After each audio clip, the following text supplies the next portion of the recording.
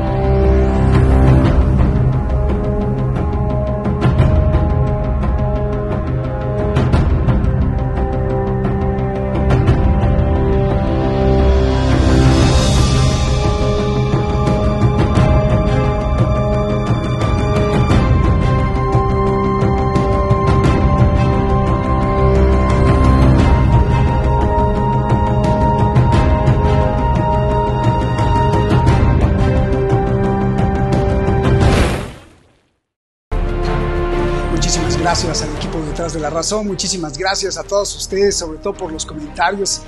Siguen llegando los comentarios sobre los programas que hemos hecho pues de Argentina, que el pueblo está ahí con una incertidumbre tremenda. Saludos a todos los argentinos y gracias por esas felicitaciones, y seguimos pues alerta con todo lo que está pasando en el mundo. Esta clase magistral está con nosotros Javier Martínez, y Javier Martínez se ha preparado toda la semana porque el año, Javier, está cerrando tremendo en la geopolítica, está cerrando tremendo en todos los movimientos.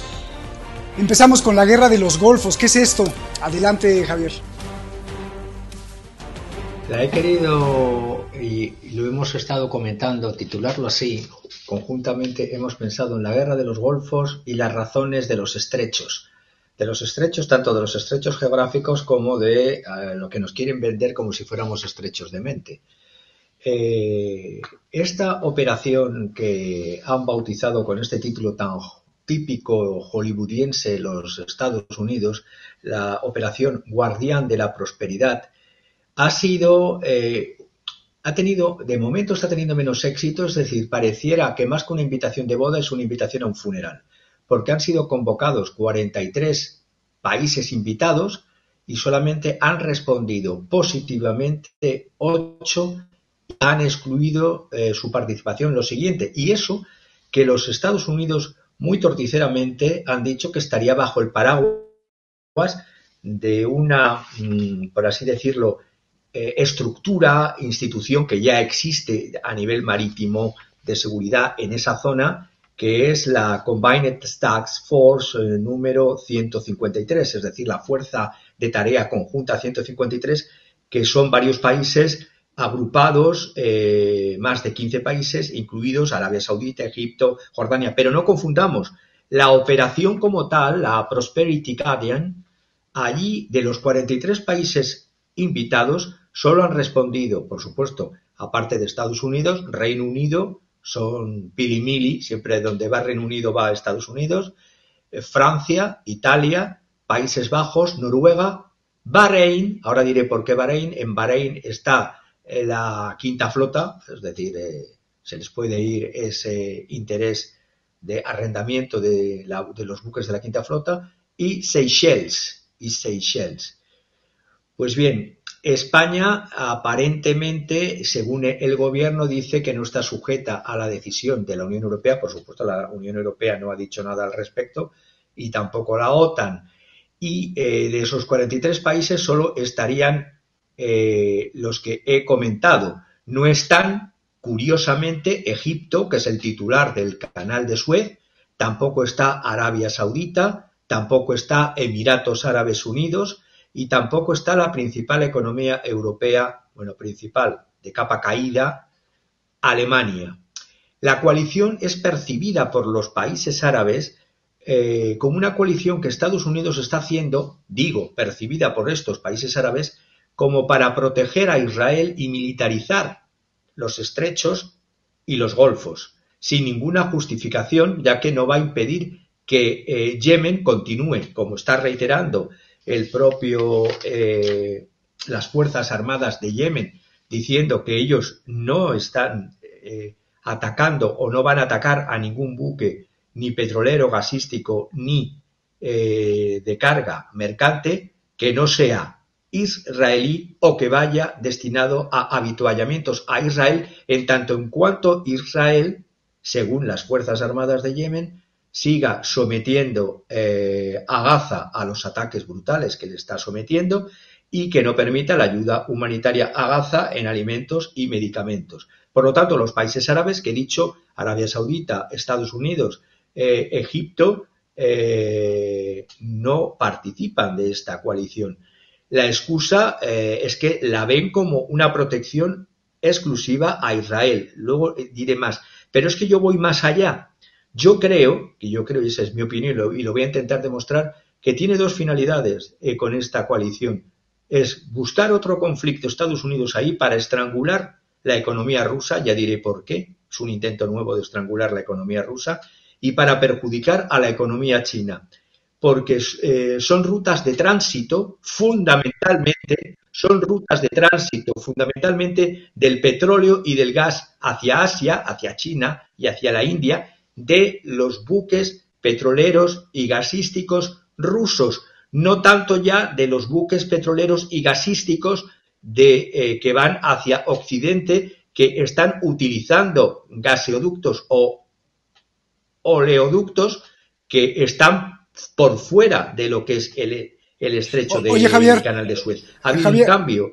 Javier, ¿qué países sí irían, están confirmados o sí irían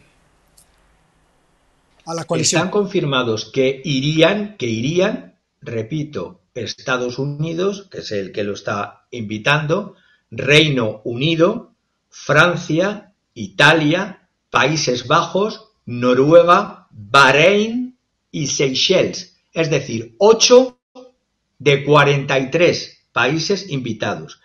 Y estoy intentando, y voy a intentar explicar por qué hablo yo de que se busca estrangular con la excusa de estos ataques que ha habido de los buques, que voy a decir que buques principalmente han desencadenado esta euforia de Mambrú se va a la guerra, de otra preparación de guerra,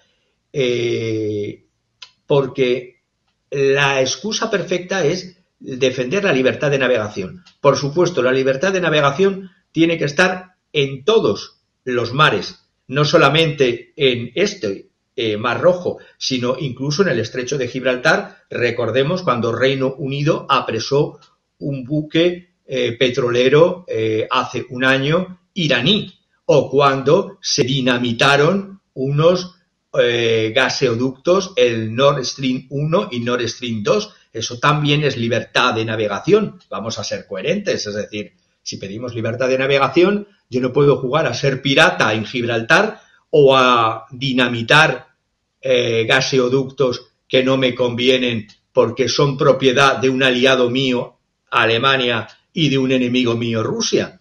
Entonces, a ver, los buques hasta ahora, lo que ha detonado todo esto, a pesar de que esto ya el 4 de diciembre, Jake Sullivan, el asesor de seguridad, dijo que estaban preparando ya esto, lo confirmó luego el secretario de Defensa el día 18 de diciembre, pero entre medias el 16, 5 de las principales compañías navieras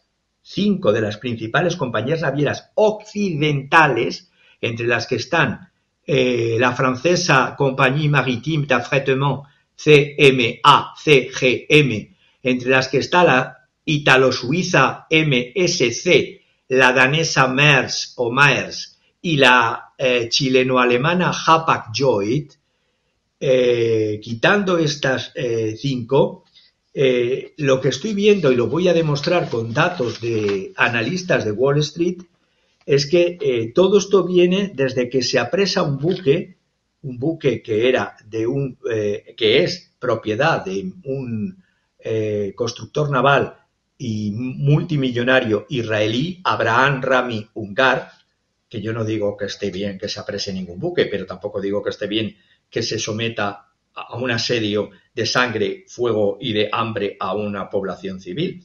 Entonces, este Abraham Rami Ungar tiene una serie de buques. El buque comercial Galaxy Leader, que fue apresado, que dirán, sí, tiene bandera panameña. Vale, tiene bandera panameña, pero la propiedad es una copropiedad británica y el otro titular es Abraham Rami Ungar. Y que esté operado por una naviera japonesa, Nippon Josen, no quita que la titularidad sea de este empresario israelí. También fue apresado de este mismo grupo empresarial israelí la Unity Explorer, que era un carguero. Lo que estoy viendo es que se están, incluso cuando me fui a leer algo que no ha salido en prensa, cuáles fueron las reacciones de este apresamiento por parte de los, por así decirlo, yemeníes. Este buque, el Galaxy Leader, según declaraciones a la agencia EFE, que se desplazó hacia el terreno, vio como este barco que ha sido secuestrado, con los miembros de la tripulación son mexicanos, curiosamente hay 25 miembros de la tripulación mexicanos, y el capitán o el ingeniero naval también es mexicano, Arturo Zacarías Mera, o Meca, Arturo Zacarías. Trabajan para este propietario empresario israelí. Y según las declaraciones a la agencia EFE, están siendo tratados, dicen ellos y dicen los que están presentes en ese buque yemení, que lo han secuestrado, pues están tomándose selfies, bailando, cantando, comiendo. Repito, ningún secuestro es conforme a las leyes internacionales, pero tampoco es conforme a las leyes internacionales el someter un asedio de años a sangre y fuego y un bombardeo indiscriminado de población civil. Cuando la agencia EFE además preguntaba a la gente que está yendo de turista, yemeníes que están yendo de turista a este buque, al Galaxy Leader, he tomado dos declaraciones que me han llamado la atención. Una, la de un señor ya superior a los 50 y 60 años, Mohamed Sabir, que decía, este yemení que va de visita para hacerse selfies con la tripulación mexicana y con los yemeníes que han apresado este buque. Los criminales están atacando a civiles, edificios, mujeres y niños, dijo a la agencia EFE Mohamed Sabir. Y dijo también, deseo que los hutíes puedan capturar hasta 40 barcos para presionar a Israel para que detenga sus operaciones contra la Franja de Gaza. Cojo otro testimonio más, el de un joven, para poner dos edades, el de un joven de 21 años, Hamza Al-Emad. Dice, este joven considera que el secuestro de buques, repito, contrario a derecho internacional, que quede claro, no es suficiente para asegurar, pero asegura, que representa un respaldo significativo para los objetivos de Hamás en la Franja de Gaza. Es sin duda un factor disuasivo porque humilla a los sionistas y a los Estados Unidos, dice Hamza. Mira Javier, mira Javier, ahí está lo que nos ha encontrado Shadi. Ahí está la selfie de los yemeníes con los mexicanos. Oye, qué buen tour navideño, ¿eh? Míralos. Hombre, nadie desea estar secuestrado o estar retenido, pero intento dar la explicación dando voz a ambos lados, es decir, dando voz a los que reclaman una violación, repito que así la califico, del derecho internacional marítimo, pero también estoy denunciando las violaciones reiteradas al derecho humanitario, al derecho internacional público y a todos los derechos, declaraciones de derechos internacionales con el asedio indiscriminado que ya comenté hace semanas, con instrumentos y aplicaciones informáticas que incrementan el número de objetivos, como puede ser esa aplicación llamada Gospel. También es provocativo el nombre de utilización del ejército israelí, utilizar el término evangelio para una aplicación israelí de matar a personas, y luego además el uso indiscriminado y el asedio de no permitir ayuda humanitaria. Por lo tanto, y luego voy a profundizar sobre este tema. ¿Por qué digo que se busca perjudicar a Rusia en su economía y se busca perjudicar también a la economía china? Porque todo esto está relacionado y todo este folclore que está habiendo en el Mar Rojo con la competencia que tiene Estados Unidos con China y con Rusia por el dominio de los corredores internacionales. De ahí la guerra de los Golfos, para fortalecer su seguridad energética frente a la seguridad energética de los demás. Porque allí están pasando ahora quienes están pasando y a quienes les puede perjudicar un conflicto que estallase a más, sería a las exportaciones rusas de gas y petróleo, que se verían abocadas a no poder pasar por esa zona. Los países árabes no participan de esta coalición. Además, Estados Unidos dice, y doy la voz a Estados Unidos, para que el público, cada uno, tome los datos de composición de cada uno de los participantes. Estados Unidos dice que los hutíes de Yemen han lanzado más de 100 ataques de drones y misiles contra 10 buques. Yo ya he dicho de ellos 2 o 3 que son fundamentalmente, y repito, violación de derecho internacional marítimo, de propiedad israelí.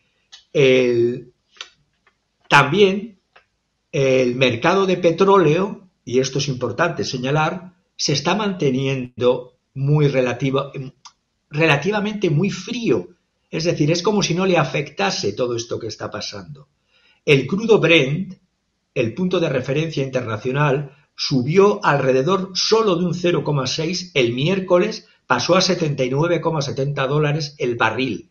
El jueves bajó a $78,86 y el viernes, hoy, el Brent Crude está en torno a 79,92. Por lo tanto, no ha roto ni la barrera de los 80 euros, y eso que los hutíes están haciendo, digo entre comillas, un equilibrio a la invasión de petróleo estadounidense por el superávit de petróleo de los Estados Unidos. Si estallase un conflicto mayor en la región del Golfo, ¿podría haber incremento de los precios? Pues voy a decir que la prima de riesgo en los mercados petroleros no ha sido por el momento tan elevada como hubiera sido, como si se hubiese anticipado. Y voy a tomar datos de analistas del petróleo, concretamente de Karen Young, experta en el Centro de Política Energética Global de la Universidad de Columbia, que dice: ¿dónde está todo el pánico y los cambios bruscos de precios? Responde además otro analista de materias primas de la consultora Kepler, Víctor Catona, que dice que el mercado está minimizando enormemente el impacto de una perturbación en el estrecho de Bab el-Mandab, dijo Catona. Además dijo que el mercado parecía complaciente con las perturbaciones en el Mar Rojo, señalando que el flujo promedio mensual de los 7 millones de barriles de petróleo de crudo y de derivados del petróleo a través de Suez hacia el norte del estrecho estaba reduciéndose ya antes de los ataques, estaba reduciéndose a la mitad en diciembre.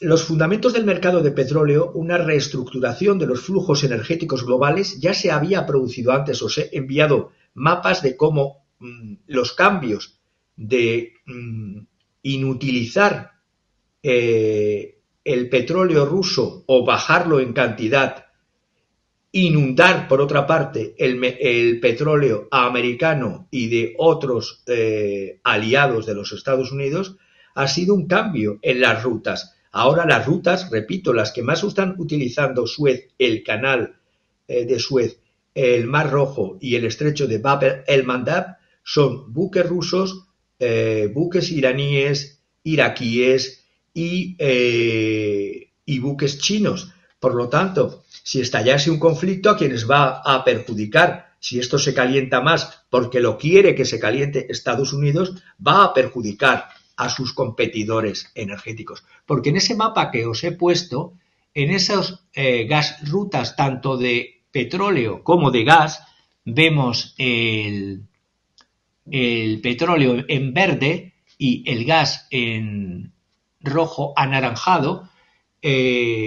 Desde Arabia Saudita por la mitad hacia arriba son las rutas que están yendo del petróleo hacia Occidente, sin pasar por el estrecho de Bab el-Mandab, que estaría en la punta de Arabia Saudita, concretamente en Yemen, y el Cuerno de África, formado por Somalia. Entonces, ya ha habido un cambio en lo que es, antes de todos estos ataques, en lo que son los distribuidores, ahí se ve al completo los distribuidores y de dónde están utilizando el petróleo. Este estrecho, además, el de Bab el-Mandab, no es el importante en esta situación. Es un estrecho que solo tiene 2 canales de 2 millas de ancho para que los buques entren y salgan. Lo pueden hacer los rusos porque al llegar a Ceuta, lo que hacen es dejan sus buques grandes, si han venido por la ruta del norte, lo dejan allí y lo intercambian en buques más pequeños para que pasen por este estrecho, valga la redundancia, tan estrecho. En cambio, la importancia de todo esto aquí está en el otro, en el Persian Gulf, en el estrecho de Hormuz, en donde se está mirando toda esta preparación de operaciones militares. Perjudicar, repito, a Rusia, perjudicar a China y poner en el ojo de mira el Golfo Pérsico. Porque la arteria que más preocupa a los mercados gasísticos, petroleros y financieros es el estrecho de Hormuz, el que separa a Irán de los estados del Golfo, por donde pasa el 30%, por ese estrecho, sí pasa el 30% del petróleo consumido global, en torno a los 18 millones de barriles de petróleo diario. Y como dice la publicación Middle East Eye, los Estados Unidos ahí tienen un interés especial de control. El 88% de todo el petróleo del Golfo Pérsico sale por el estrecho de Hormuz. Este sí que es más ancho, tiene 30 millas de ancho en su parte más estrecha y tiene varias rutas, tiene 2 rutas, una de ida y otra, una de entrada y otra de salida, de 2 millas cada una, por lo tanto 2 millas, y luego una zona intermedia de amortiguamiento de otras 2 millas más. Es infinitamente más grande que el de Bab el-Mandab. Los analistas de Goldman Sachs dicen incluso que si los hutíes cerrasen totalmente, que no es la intención de los hutíes, repito, cerrar total el estrecho, el otro, el estrecho, el de Bab el-Mandab, los precios del crudo solo sufrirían, un incremento del 3 a 4 dólares por barril. Oye, Javier, a ver, una cosita. Sí tiene mucho interés Estados Unidos siempre en el estrecho de Hormuz, tanto que desde que apareció la Revolución Islámica, esa es una de las cartas fuertes de Irán, de que pasa algo, yo cierro el estrecho de Hormuz y se va todo al caos, ¿no? Y por eso está ahí en Bahrein la 5ª flota de Estados Unidos. Pero yo te pregunto, la mayor parte del petróleo no va para Estados Unidos, va para China, ¿no? O sea, China sería el principal interesado porque es Arabia Saudí el principal proveedor de China. Claro, por eso mismo estoy diciendo que el que estalle un conflicto ya de magnitud, conflicto no de meros ataques folclóricos, como lo que está pasando hasta ahora, es que fuera un ataque, que la coalición atacase en la zona del Mar Rojo, los primeros perjudicados, repito, serían los rusos y los chinos. Y si se pusiese todavía más caliente en el otro lado, pero la coalición lo está vendiendo como que es algo que los hutíes están impidiendo la libertad de navegación. Por supuesto, se han cometido delitos, como he dicho desde el principio, un apresamiento, una retención de un buque, ya sea mercante, ya sea carguero. Curiosamente a los petroleros no les han tocado, ni a los gasísticos. Por eso, si estallase el conflicto en el Mar Rojo, a quien perjudicaría sería fundamentalmente a estos países que tú acabas de decir, a China y a Rusia.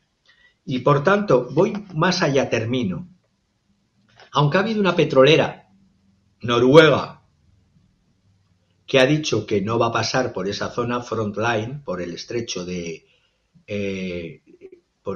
Bab el-Mandab y por el Mar Rojo, y otro gigante energético occidental, British Petroleum, que desvían su ruta por el Cabo de Buena Esperanza, y eso supone incrementar en días entre 14 a 15 días más y los costes, lo que supone. El resto de compañías de China y de Rusia y de Irak, que sacan su petróleo también por allí, no lo están inutilizando. Según datos, además, de la Marina, del Marine Traffic, el martes noche había 12 buques de gas natural licuado en el Mar Rojo y había 182 otros buques que transportaban cargas líquida de petróleo y de gas. Es decir, este martes pasado, 12 buques de gas natural licuado y 182 que transportaban carga líquida, petróleo y gas. Y según estos mismos datos de la Marine Traffic, el promedio de buques que está pasando por el Mar Rojo a pesar de los ataques hutíes, y estoy hablando de materias primas, es superior, se ha incrementado, que según datos de Marine Traffic, más que lo que había antes de los ataques hutíes.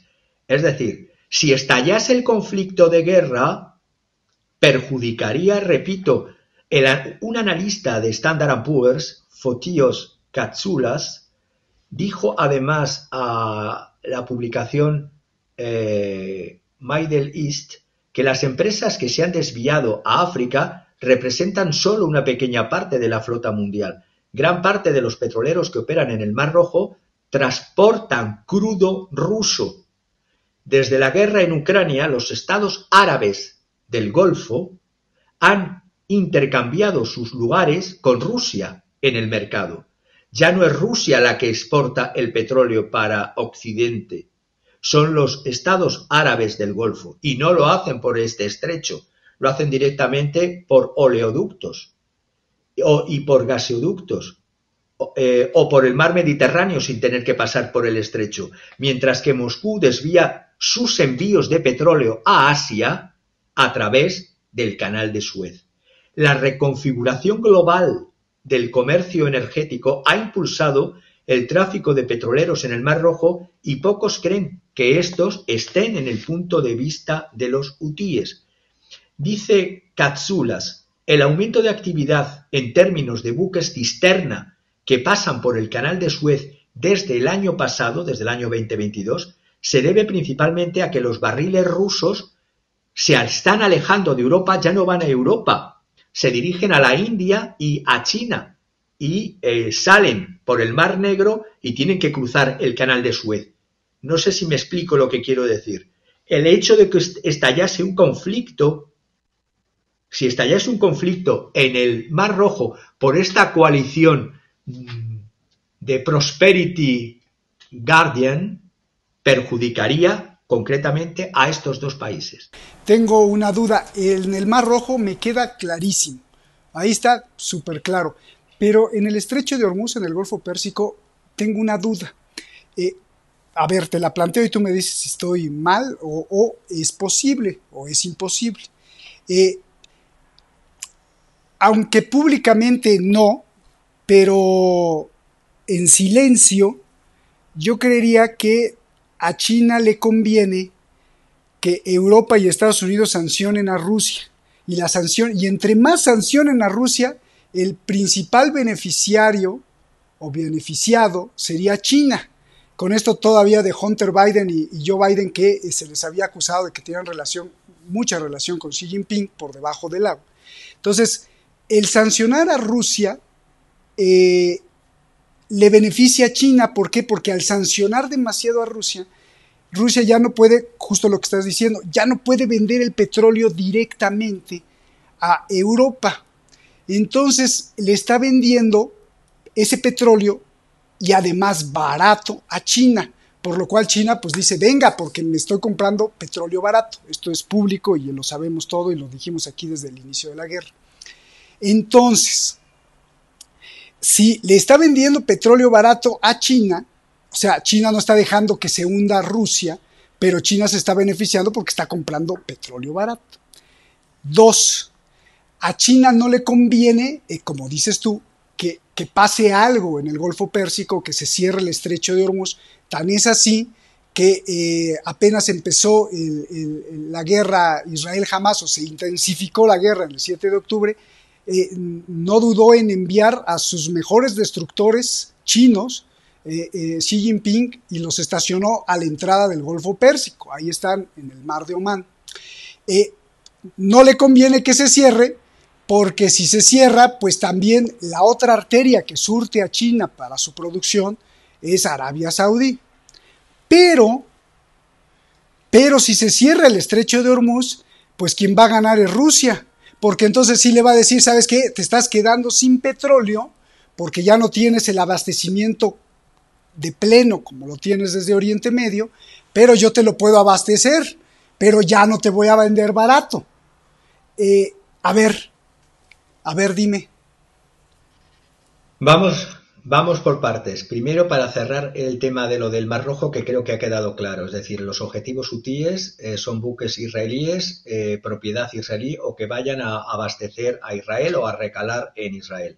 Los hutíes, para cerrar este tema del Mar Rojo, han sido tremendamente precisos en no atacar petroleros no occidentales, ni incluso los petroleros occidentales tampoco.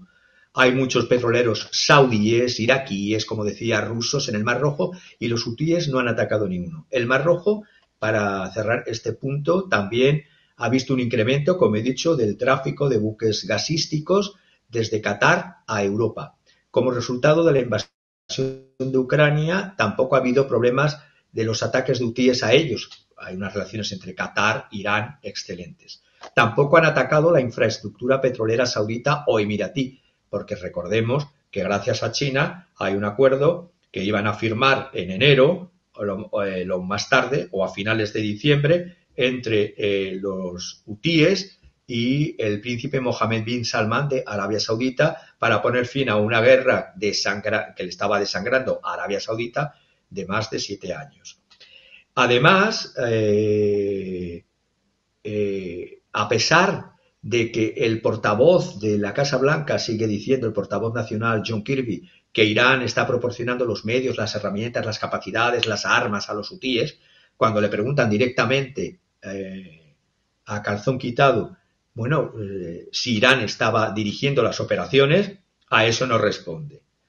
Los ataques pueden estar controlando incluso los mercados petroleros, porque, y termino con esa parte y te respondo, lo que es claro que ha habido un aumento de los costes de flete, pero cuando me he fijado en este aumento de los costes de flete, en el concreto en los costes de flete spot, por ejemplo, lo que cuesta de Shanghai a Génova, es decir, enviar productos chinos a Europa, se ha incrementado en 2 dígitos, un 15%. Desde el 7 de diciembre al 14 de diciembre, ahora cuesta $1.956. Y también, por ejemplo, cuando es de Shanghai a Rotterdam, se ha incrementado un 16%. Llevar contenedores a $1.667. En cambio, los movimientos contrarios solo son incrementos de un dígito, es decir, repito, se quiere perjudicar aquí los enemigos y, por lo tanto, amigos y aliados unidos por necesidad son los rusos y los chinos. A la pregunta que me haces, los rusos no les ha quedado más remedio ante la estupidez, y digo la estupidez porque luego lo miraremos con cifras, los billones que está perdiendo Europa de euros con sus políticas de servilismo hacia Estados Unidos, y eso lo pagamos la población y las empresas europeas, pues no les ha quedado más remedio a los rusos que vender hacia el otro lado. Pero esto está produciendo una integración tan fuerte entre los mercados chinos y los mercados rusos, que luego comentaré también los casos de ciudades como Harbin, o ciudades en la frontera que se están construyendo a pasos agigantados, verdaderos núcleos tanto de empresas en ambos lados de la frontera ruso-china, como de pequeñas macrociudades en esas fronteras, que está ayudando a la economía china, por una parte, y que está ayudando a la economía rusa, de esas zonas que antes eran despobladas de Rusia. Por lo tanto, lo que tú me dices, el problema está en que si se extiende la guerra, que no creo que estén por la labor, porque luego los Estados Unidos juegan con esa doblez anglosajona que me sorprenderá hasta el último día de mi vida, que es, por una parte, sancionan a Venezuela, pero tratan con Venezuela. Sancionan a Irán, pero se está habiendo compras de petróleo iraní y levantando determinadas sanciones. Los grandes enemigos en escena global es Estados Unidos, China, China y Estados Unidos. Y, en tercer lugar, Rusia, que estaba en una posición de desarrollo desde antes, desde la cumbre de Múnich, pero que la han visto como enemigo porque está creciendo y, por lo tanto, deja de pertenecer al G8 y viene todo lo que ha venido después. Es decir, los matrimonios que se han formado entre Estados Unidos, entre China, Rusia, Irán y, si me apuras, Corea del Norte, son provocación de la estupidez de las propias POTUS administraciones de los Estados Unidos. Antes, Rusia, por ejemplo, se avenía a las sanciones de Naciones Unidas contra Corea del Norte. Ahora son aliados. Es que solo hay que recordar cómo es el desarrollo de las uniones que están provocando a nivel del sur global de todos los países y de países árabes. La pondría incluso en la cumbre que ha habido hace unos días en Marrakech, en lo que se llama la cumbre ruso-árabe, la 6ª edición, que, si me permites, la comento muy brevemente. Venga con la cumbre de Marrakech. Esta ha sido la 6ª edición. No se celebraba una cumbre ruso-árabe desde la última, fue en el 2019 en Moscú. Ya sabemos que luego vino el experimento COVID, el 20, 21 y 22. En este foro en Marrakech del miércoles 20, repito, la anterior fue la 5ª en el 2019 en Moscú, los ministros de Asuntos Exteriores de Marruecos, Nasser Bourita, Sergei Lavrov por la Federación Rusa y el subsecretario de la Liga Árabe, Hossan Saki, con una panoplia de representantes de todos los países árabes, se han puesto de acuerdo en dos cosas fundamentales. Destacan la importancia del diálogo y de la mejora de la cooperación rusa con los países árabes, es decir, el intento de convertir a Rusia en un paria vuelve a fallar. Vemos que les han invitado a los países árabes, los Estados Unidos, a esta coalición batallitas de Prosperity, Guardian of Prosperity, y no han ido. En cambio, en la cumbre de Marrakech escenifican la importancia de la cooperación y del diálogo entre los países árabes y Rusia. Además, los actos que tienen como objetivo, ha dicho el final de la cumbre, la seguridad del tráfico, es decir, abogan por la seguridad del tráfico marítimo, pero abogan también por la seguridad de las instalaciones marítimas, por el suministro de energía, por los oleoductos y por los gaseoductos. Están señalando con el dedo, están diciendo: vosotros hacéis una coalición Guardian of Prosperity, pero dinamitáis oleoductos. apresáis barcos en Gibraltar. ¿Cuál es vuestra base jurídica moral para reclamar algo que no hacéis? Y esto lo han hecho en la cumbre de Marrakech, condenando enérgicamente la guerra de agresión de Israel contra los palestinos en Gaza y rechazando que esto tenga visos de ser legítima defensa o defensa propia, porque es lo que arguyen o argumentan desde Estados Unidos, Reino Unido y algunos países de la Unión Europea, que es legítima defensa. La legítima defensa no se da ni en derecho privado ni en derecho público cuando se exceden los límites de la legítima defensa. Existen unos límites. En este caso tenía que haber sido repeler la agresión y recuperar o defender a los rehenes. No solo no se repelió la agresión, se conocía y no se repelió, se conocía con antelación, no se repelió, y además los rehenes les ponen en peligro el propio país que les tiene que proteger, al ser muchos de ellos rehenes nacionales de ese país, Israel. Y no es legítima defensa tampoco, porque con estos instrumentos de matar de inteligencia artificial, matas desde una hormiga, un bebé, cualquier civil, por el simple hecho de que una máquina te autoriza moralmente a que sea una decisión que no tome ya un grupo de militares distinguiendo objetivos terroristas, y lo pongo entre comillas, y objetivos civiles. Todo es terrorismo para una inteligencia artificial. Por lo tanto, la cumbre de Marrakech yo creo que ha sido un mazazo que ha dado otra vez más al POTUS Biden. Va de mal en peor en sus relaciones internacionales. Oye, Javier, otra duda que hoy tengo muchas dudas.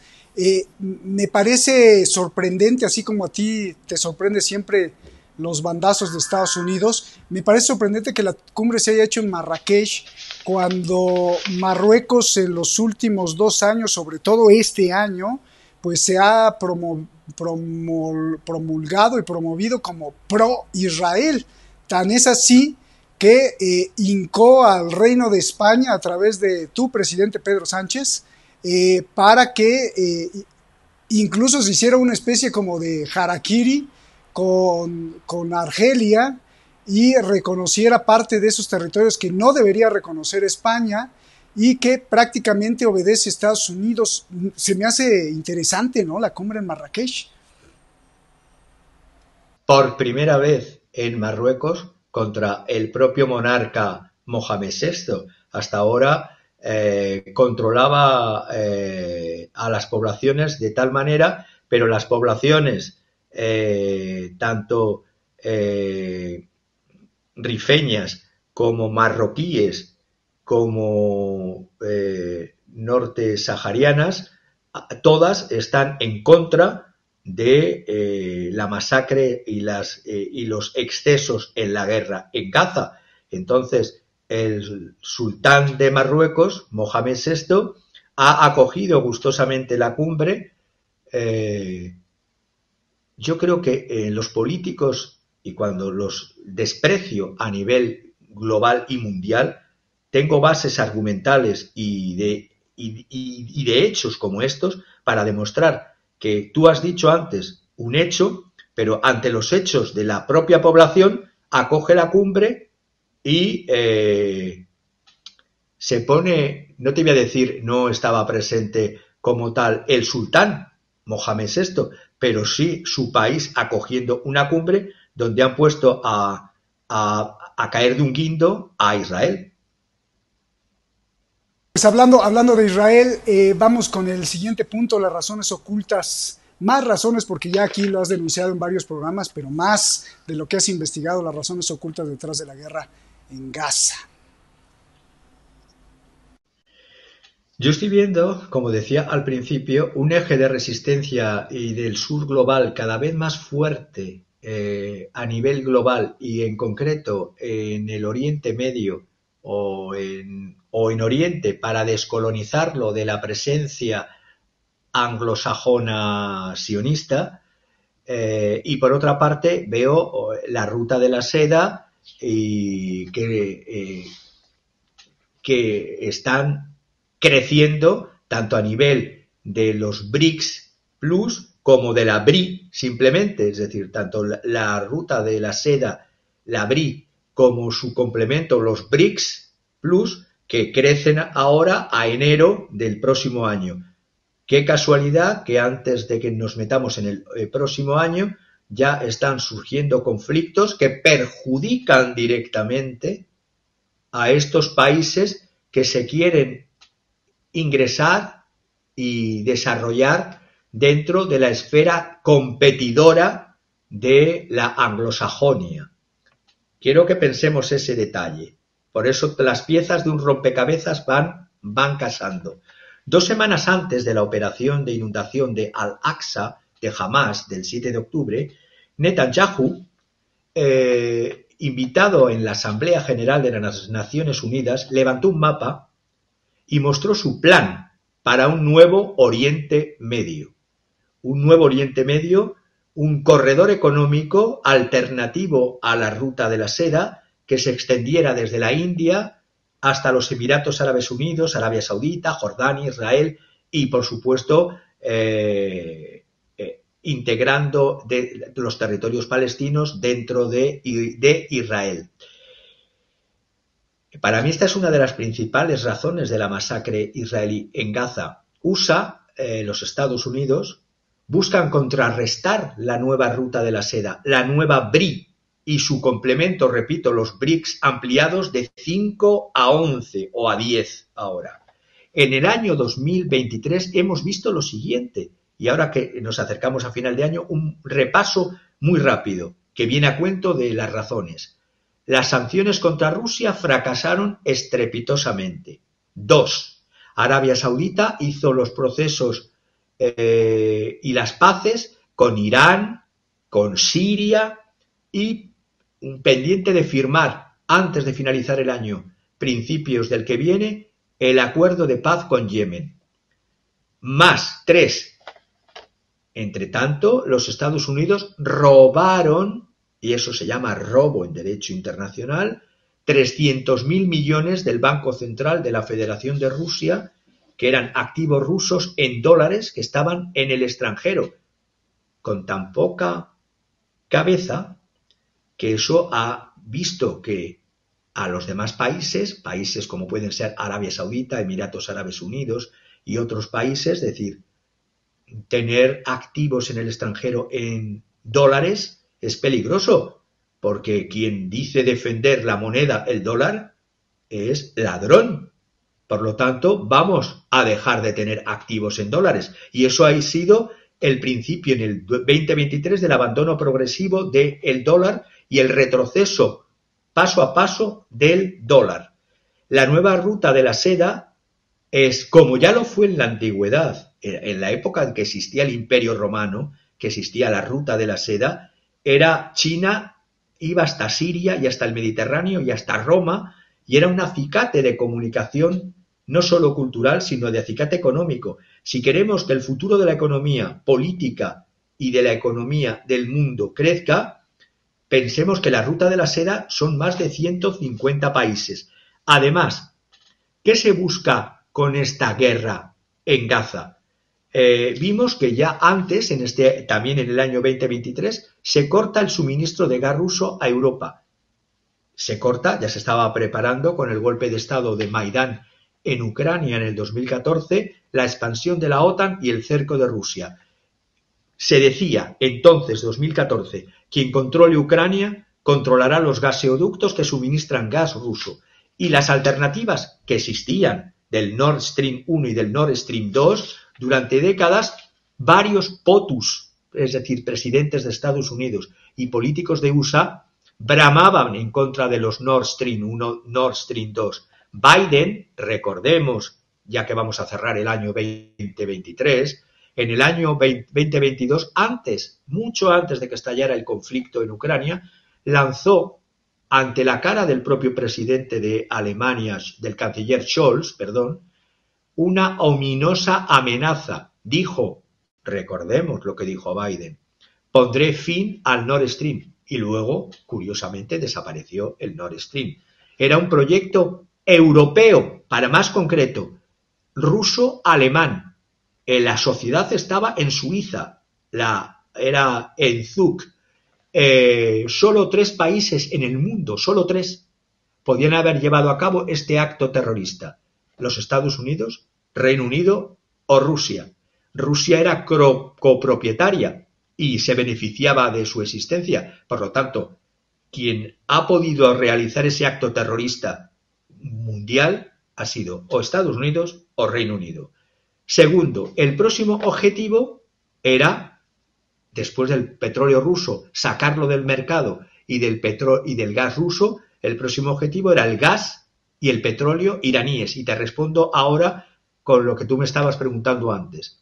Y también lo que se está desviando de petróleo y de gas ruso hacia China y hacia Asia por el canal de Suez. En tercer lugar, qué curioso también, no olvidemos lo que venimos diciendo en este programa, se descubrió en el 2010 un yacimiento de gas en las costas palestinas, libanesas y de Siria, llamada Yacimiento de Gas Leviatán, frente a las costas de estos 3 países, Palestina, Líbano y Siria. Siria se negó en el pasado, recordemos también, a un proyecto de gas que tenía que atravesar Siria y era un gas de Qatar. Después de ese proyecto, que Siria rechazó, estalló la guerra de Siria. Estalló la guerra de Siria después de ese proyecto. Siria, en esa guerra, en Siria, Qatar e Israel eran financiadores de grupos terroristas. Repito, Qatar e Israel eran financiadores de grupos terroristas en la guerra en Siria para derrocar al gobierno de Damasco de al-Assad. Israel, además, se ha procurado en todo este tiempo de eliminar todos los puertos rivales en esa zona del Mediterráneo. Ahí estamos viendo los campos de gas frente a las costas que acabo de decir. Explotó el puerto de Beirut, recordemos, esto fue en el 2020. Israel apareció, además, en el 2022 con enormes buques para intentar sacar el gas de los campos de Karish en el Líbano. Se quería quedar también con los campos situados en el Líbano. Hezbollah amenazó con disparar buques israelíes y retrocedió y hizo ese acuerdo leonino que ya comenté en otros programas hace semanas entre Líbano e Israel, que realmente es un acuerdo leonino porque, siendo campos de gas situados en territorio libanés, los beneficiarios en gran parte son las empresas israelíes. Sigo diciendo datos del por qué la expulsión de los gazatíes que se está buscando, o mejor dicho, voy a ser más preciso, se está buscando expulsar en este nuevo mapa de Netanyahu no solo a gazatíes hacia Egipto, sino a palestinos a Cisjordania, de Cisjordania a Jordania. Y hay algo que se quiere hacer también en estos mapas de gas y petróleo. Un canal llamado Ben Gurión, que comenzaría en esa puntita que estamos viendo de Israel. Vemos la línea de demarcación Israel-Jordania hasta la línea azul, que es el mar. En ese punto está una población de Israel llamada Eilat. Pues bueno, desde el año que se nacionalizó el canal de Suez, desde el año 56, allí estalló una guerra. Francia, Reino Unido e Israel atacaron a Egipto. ¿Cómo osaba nacionalizar lo que consideraban suyo? Y años después, en el año 63, yo tenía un añito, pero ahora lo estoy leyendo con un añito no, todavía no tenía esa capacidad. Hay un documento que os lo he pasado desclasificado, porque he dado con él, ha sido desclasificado a finales de los 90, un documento del año 63, donde hablan de construir ese canal. Ese es el documento, Excavation of Sea Level Canal Across the Negev Desert. Es decir, detonar 520 bombas nucleares en el desierto de al Naqab y el Negev para ayudar que Israel construya un canal Ben Gurión. Yo me pregunto, Greta Boys, Greta Gers, ¿tenéis algo que decir con respecto a tirar de 500 a 600 bombas nucleares en el desierto para hacer un canal desde Eilat hasta el puerto de Haifa? ¿Eso es ecológico? ¿Eso da seguridad a los terrenos, a el hábitat? Pues debe ser que sí, porque no han dicho nada desde el año 63 y yo he descubierto ese documento porque ha sido desclasificado a finales de los 90.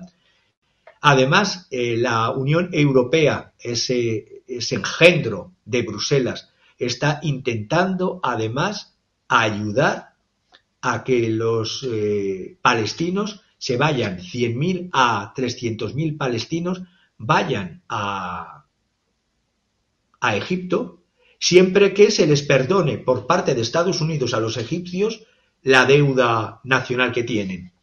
Hay otra causa también de la guerra de Gaza, de esta unión anglosajones sionistas, es el caso del río Nilo.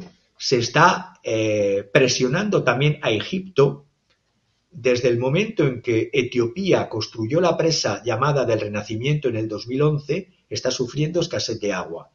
Pues bien, hay una relación entre los judíos etíopes y los judíos de Israel, y se pide por parte de Israel que si se avienen el gobierno egipcio les daría un poquito de agua del Nilo que está retenida en esta presa etíope, cortando el agua tanto a Egipto como brutalmente a Sudán.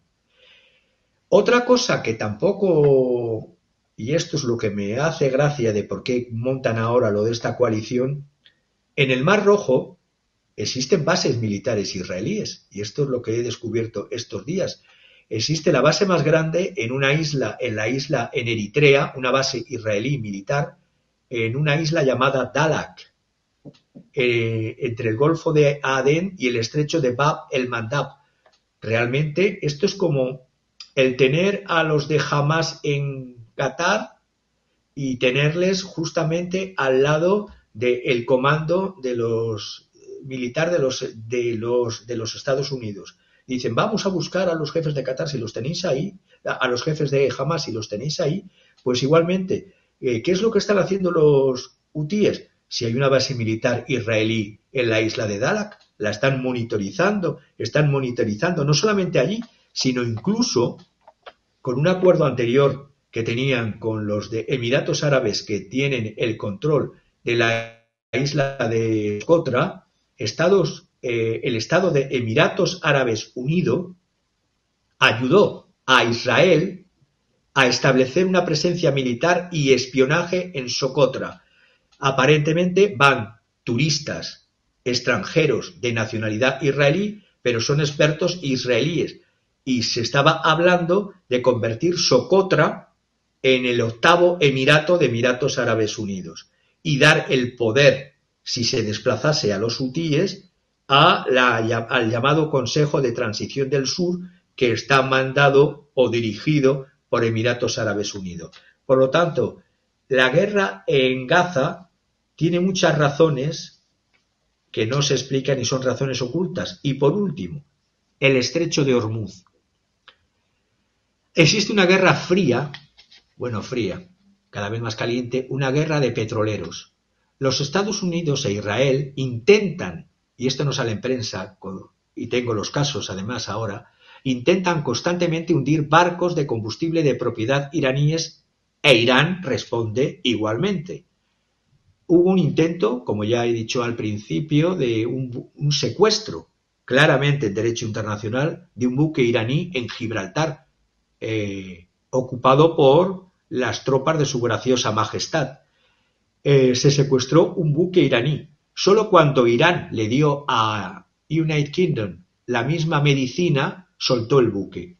Los Estados Unidos, y esto es escandaloso, porque es un país de derechos, el que representa la legalidad internacional, el que dice defender la democracia y los valores occidentales por el mundo, incluso donde nadie se lo pide. Los Estados Unidos incluso han robado camiones cisterna de combustible iraníes, han vendido la carga, y esa práctica es tan piratería como la piratería de los hutíes. Solo que lo hace además un Estado que dice defender la legalidad internacional. Estados Unidos e Israel quieren controlar el estrecho de Hormuz. Es la parte vital del mundo para poder atacar a barcos iraníes, a barcos chinos en el estrecho, no solo de Bab al-Mandab hasta el Mar Rojo, sino también en el estrecho de Hormuz. Eso no sé si eso llegase a pasar, que perjudica evidentemente a las economías de China, de Rusia, de Irán, de Irak, de Siria, de Líbano y de Egipto. No sé cómo respondería todos esos países frente a Estados Unidos. Lo único que yo sé es que la situación en el mundo, Hezbollah destruyendo torres de comunicación de Israel frente a la frontera del sur del Líbano, Israel diciendo que quiere quedarse con 30 kilómetros al norte del río Litani para incorporarlos a Israel, las fuerzas de resistencia de Irak atacando las bases de Estados Unidos en Irak y Siria, y Ansarrallah de Yemen bloqueando, entre comillas bloqueando, el Mar Rojo para los buques israelíes.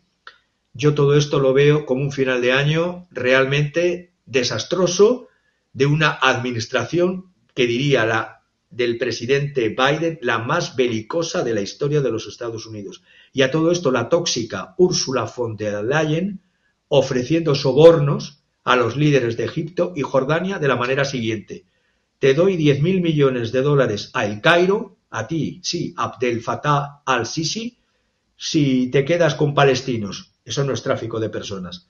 Y 5.000 millones de dólares a Amán, al rey de Jordania, Abdullah bin al-Hussein, si facilitas este éxodo forzado y esta limpieza étnica de Palestina.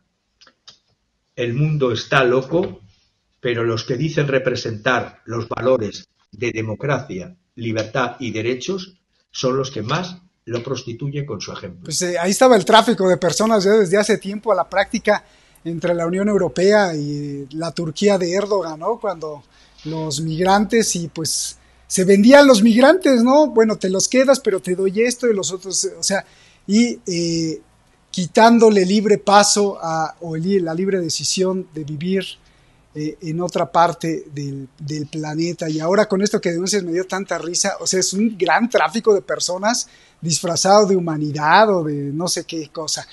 Javier, ¿qué falta? Ya nos hablaste de las sanciones rusas, a lo mejor profundizar un poco de más sanciones contra Rusia y las dos varas, ¿no? Parece que hay dos varas para medir. Sí, mira, quería comentarte las sanciones rusas.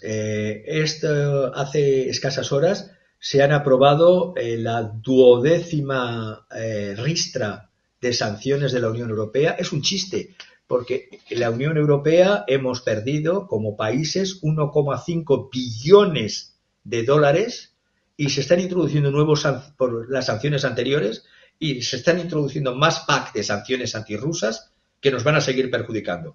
Cuando digo esta cantidad, la digo por la siguiente manera. La Unión Europea pagó 185.000 millones de euros por solo el gas, según datos de Eurostat.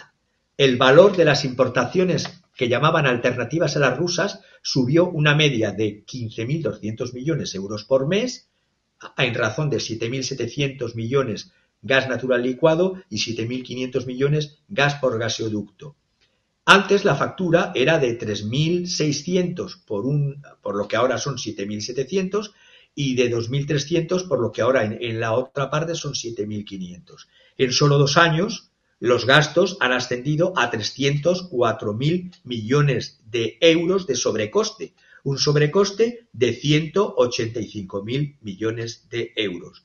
Mientras quienes se están beneficiando son Reino Unido y Estados Unidos, de la Unión Europea 53.000 millones uno y 27.000 millones el otro. En total, Europa ha perdido, y ya no solo metiendo el gas, sino metiendo petróleo y metiendo todas las demás sanciones, hemos perdido 1,5 billones de dólares. Y de esto es responsable la señora von der Leyen, Borrell y las cabezas pensantes de Bruselas. Antes de las políticas antirrusas, además, cuando se dice del monopolio ruso, la Unión Europea recibía el 40% del gas desde Rusia. 40% es menos que el 50%. Y si estamos hablando que el otro 60% estaba distribuido, no había una dependencia exclusiva. Los datos son los datos de Eurostat.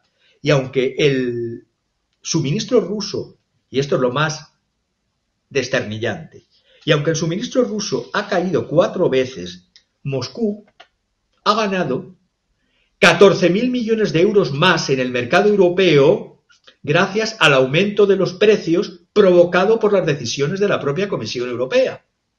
Solo en el verano del año pasado, la importación de Europa de petróleo y de derivados rusos cayó al 2% y del gas cayó al 13%.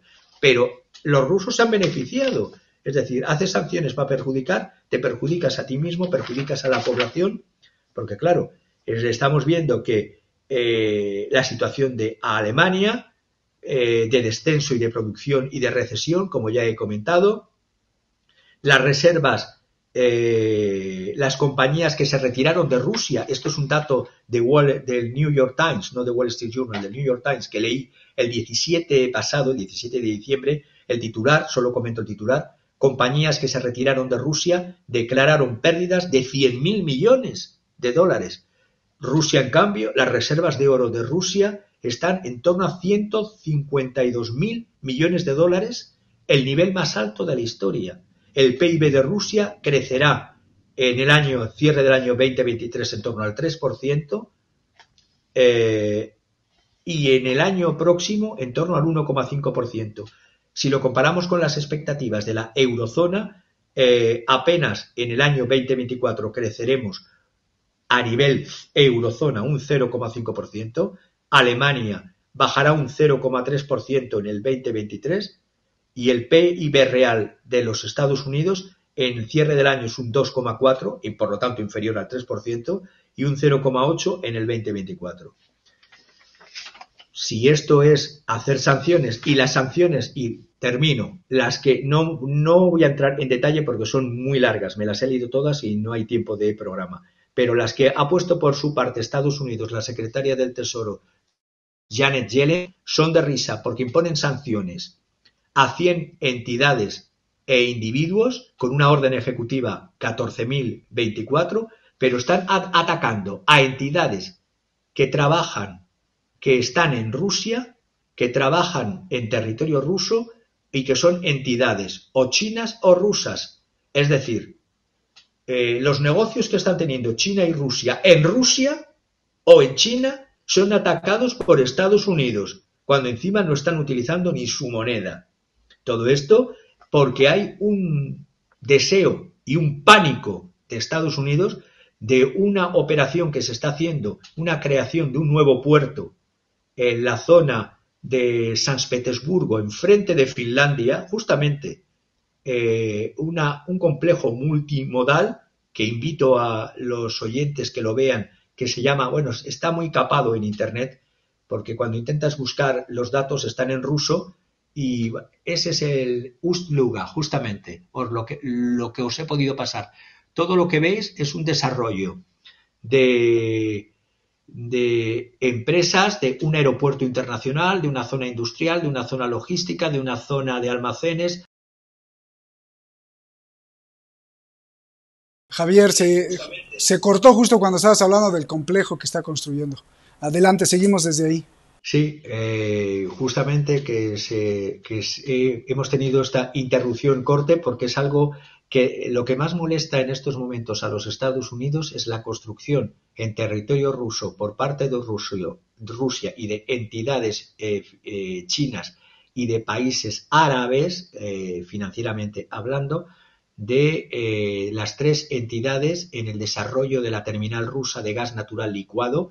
Se va a establecer una terminal de gas natural licuado en Ust-Luga, se va a establecer un complejo multimodal con zona de aeropuerto, portuaria, de zona industrial, zona logística, zona de almacenes, zona de parque empresarial, y se está atacando a compañías rusas que están allí, es decir, a Gazprom y a Rusgasdobycha. También se está atacando a las empresas con sede en Rusia también, empresas de responsabilidad limitada, que son las que van a construir la fabricación de los equipos de intercambio necesarios para pasar la licuefacción del gas natural licuado de gas a líquido. Empresa conjunta Kazan Compressor Machinery Plant. Se está extendiendo sanciones desde Estados Unidos también a más empresas rusas que solo actúan en ese territorio, repito, como Gazprom y todas las derivadas de similares como Gazprom Linde Engineering. Pero es que se está atacando además a el sector metálico y minero de Rusia, se está atacando a personas y a empresarios rusos que están actuando en territorio ruso y a holdings y a servicios financieros y de todo tipo que solo actúan dentro de la Federación Rusa para prosperidad de la propia Federación Rusa. Y a todos los inversores, en este caso chinos, también son varias hojas esta orden ejecutiva de Janet Yellen, y no solamente demuestran una estupidez, sino que demuestran el gran pánico que tienen al desarrollo económico de Rusia dentro de su propio territorio. Cuando decía, para terminar, que las ciudades fronterizas entre China y Rusia se están desarrollando brutalmente, ponía el caso de Harbin y ponía como turistas e inversores están yendo a ambos lados de la frontera para desarrollar ciudades y empresas en toda la línea fronteriza. Todo lo que antes, por ejemplo, se compraban coches de lujo, Mercedes-Benz y BMW para las grandes fortunas rusas, ahora esos coches ya no los compran. Ahora las ventas de automóviles son de automóviles chinos, de la Shanghai Automotive, de camiones Genlion y de autos MG, que están comprando las clases medias y las clases bajas rusas a China. Y, por cierto, estas clases pobres y clase media-baja son las bases de las tropas rusas, fundamentalmente. ¿La integración entre ambas economías es culpa de los rusos y de los chinos o es culpa de la estupidez europea que encima está perdiendo en el camino y no está ganando ni está sacando nada y está incrementando cada vez más las sanciones contra sus propios intereses? Yo, ante esta estupidez, y luego lo de las varas de medir, hablamos de crímenes de guerra. Crímenes de guerra, en el 2014 no se cometían crímenes por parte de los gobiernos de Kiev contra su propia población. Eso se acalla. Se hace una orden por parte del Tribunal Penal Internacional contra Putin. Pero en cambio, todas las órdenes y todas las denuncias que se están pidiendo contra Netanyahu no están siendo aceptadas. Estoy viendo que Sudáfrica, Turquía, Colombia claman genocidio, denuncias contra el gobierno de Netanyahu por la guerra que ha lanzado en Gaza. Y ahí se dice que el derecho internacional, para que se pruebe que es genocidio, es un delito que debe perpetrarse con la intención de disminuir total o parcialmente a un grupo nacional, étnico, racial o religioso. Pues blanco y en botella. Los ataques a los edificios enteros, a los hospitales, a los colegios, causando miles de muertos, las violaciones graves del derecho internacional humanitario, del derecho internacional de los derechos humanos, esas varas de medir, la Corte Penal Internacional ahí está callada. Y os pasaba también datos de dos especialistas geógrafos de universidades norteamericanas.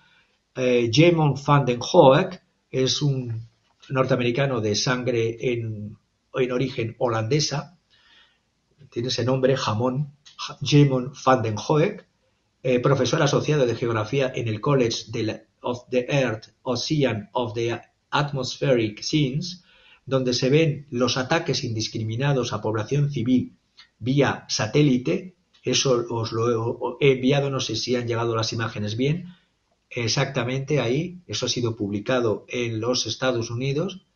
Hay más información crítica en los Estados Unidos que lo que tenemos en las castradas y medios informativos en Europa, y en Estados Unidos también os he enviado los datos de alguien con quien estoy también en LinkedIn, no solo Jamon van den Hoek, sino Corey Sher y Tim Wallace, Uno es el senior editor del New York Times y es un especialista en técnicas geoespaciales, y el otro es un investigador de la fundación de la Universidad de Nueva York. Y ahí se está viendo como base de denuncia para denuncias penales internacionales, pero ya sabemos que la Corte Penal Internacional y Occidente tiene dos varas de medir. Porque la legítima defensa, y termino, sería, lo que he dicho al principio, repeler una agresión y recuperar rehenes, no desproporcionadamente hacer ataques indiscriminados con inteligencia artificial, con esa herramienta informática llamada Gospel, el Evangelio, que consigue 22.000 objetivos identificados a 1 de diciembre para que se pueda matar más y mejor. Y luego, incluso con aplicaciones, y esta me ha escandalizado más el nombre, una aplicación que tiene el ejército de Israel, que es el Pillar of Fire, el pilar de fuego, y todo esto, esta aplicación es que en el propio teléfono móvil, todo esto que la inteligencia artificial llamada Gospel localiza los objetivos a destruir, sean civiles o sean militares. Antes puedes sugerirte 200 objetivos en 10 días, es decir, es 50 veces como mínimo más rápido que sin esta aplicación. Luego, a través del Pillar of Fire, a través de un sistema Shun, se puede localizar a través del teléfono móvil, y en el campo de batalla o en el terreno, ciudad, puedes ir con tu aplicación móvil e identificar lo que te está pasando esta aplicación. Y digo que me escandalizaba el nombre, no solo de Gospel, que significa Evangelio, y es una provocación para todos los cristianos del mundo, sino además el utilizar el Pillar of Fire. Eso es una alusión a un libro que hay en la Biblia, el libro de Nehemías, capítulo 9, versículo 19, donde se dice, es una rememoración del camino que tenían los israelitas en el desierto, la columna de fuego de noche para iluminar el camino cuando atravesaban el desierto. Pues han puesto de nombre a la aplicación del móvil, no para iluminar en el desierto, para sobrevivir, sino iluminar para matar, el nombre de ese término bíblico, pilar de fuego, Pillar of Fire. Todo esto son datos de publicaciones israelíes. Lo consigo a través de publicaciones como la Más 972 Magazine y un medio local hebreo, Local Call. Bien, pues qué cosas nos dices, ¿eh? Y sobre todo este mundo de la simbología, que creo es muy importante, porque ahí vemos la huella justo de las decisiones de estos que tratan de oprimir. Javier, ya llegó la hora mágica, la hora que muchos también esperan, que es la interpretación que nos haces de la obra de arte. Esta vez has escogido un juego de cartas. ¿Por qué un juego de cartas? ¿Por qué en este momento? ¿Por qué al acabar el año? ¿Y qué significado le encuentras, por favor? Vamos a intentar, a ver si lo logro. Hoy hemos intentado hablar de la guerra de los golfos y de las razones de los estrechos. Y de golfos va el cuadro. El cuadro se llama Los jugadores de cartas en la sala de sol. Es un cuadro de Pieter de Hoogh, un pintor holandés de Rotterdam que vivió parte de su vida en Delft. Es una pintura del 1658, corresponde a la época de la Edad de Oro, la Golden Age de Holanda, de una Holanda independiente de España y naciente imperio colonial comercial. Antes, este pintor Pieter de Hoogh se creía que había sido influido por Vermeer de Delft, y no, es al contrario, fueron coetáneos, y si alguien influyó en Vermeer fue este pintor Pieter de Hoogh. Ambos coincidieron en Delft, porque este cuadro fue pintado, yo cuando lo vi, primero la localización. El lienzo pertenece a la colección real británica, estaba colgado en el Buckingham Palace, y ahora está en el Buckingham Palace, en la Queen's Gallery, que está abierta al público desde los años finales de los 60. Ahí se puede visitar en la maravillosa y costosa Queen's Gallery.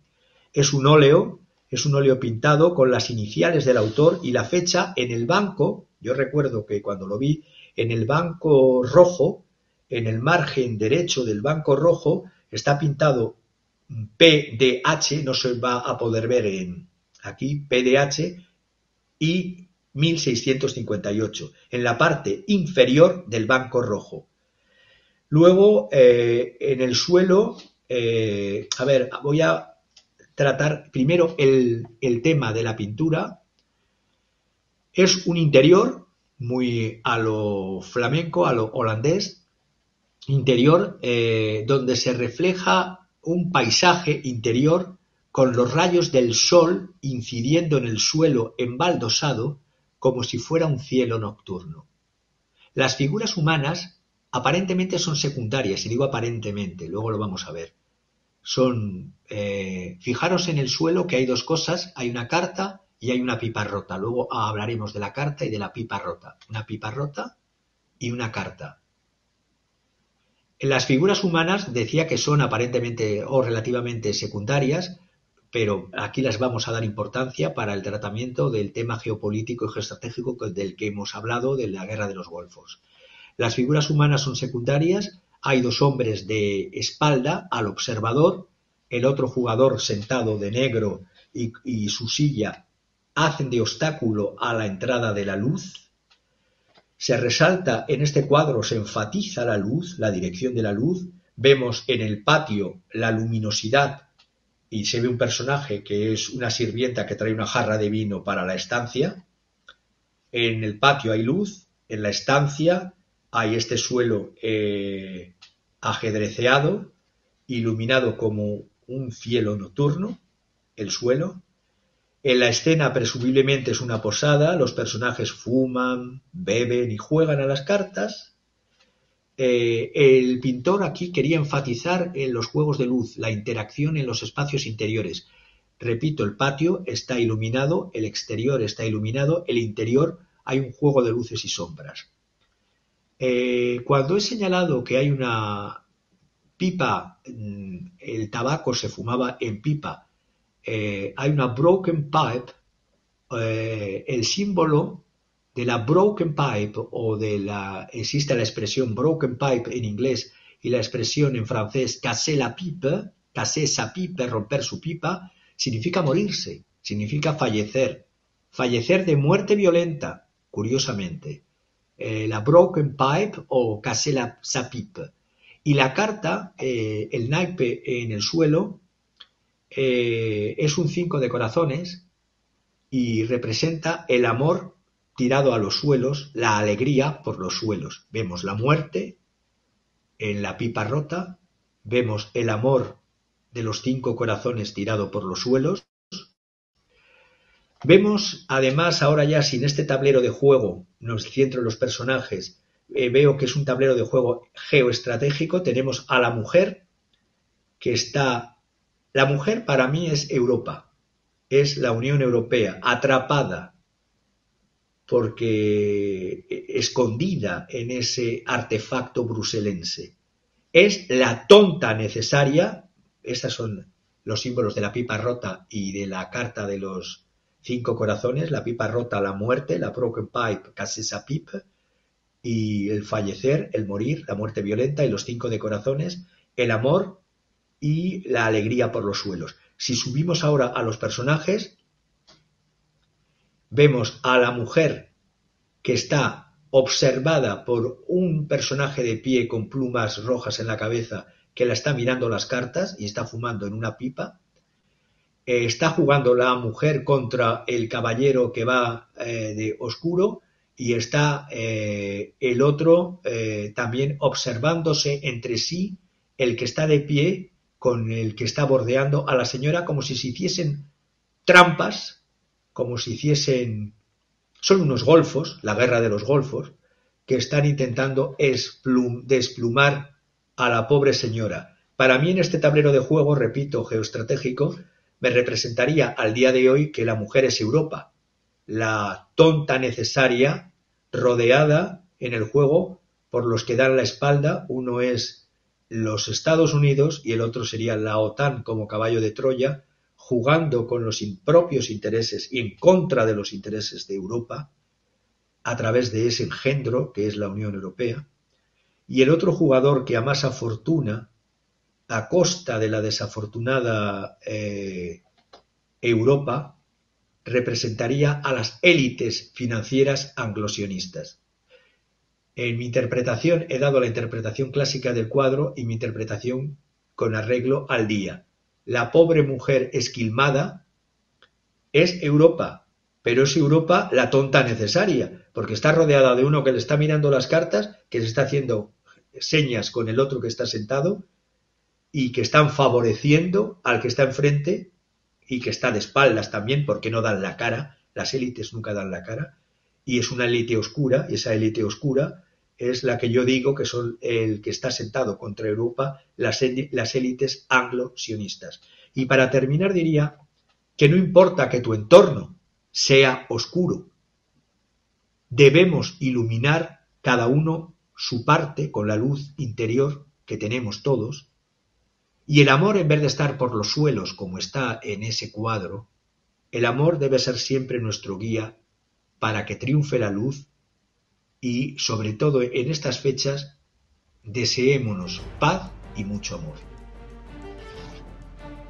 Bravo, Javier, muchísimas gracias, sobre todo por estas últimas palabras que nos dan esperanza, fe y nos dan pues esa reflexión para pensar en el futuro de nuestros hijos, nuestros nietos, nuestros hermanos, de nosotros mismos. Muchísimas gracias. Hablando de símbolos, yo quisiera cerrar preguntándome ¿a quién se le habrá ocurrido ponerle Leviatán a ese yacimiento de petróleo frente a las costas de Israel?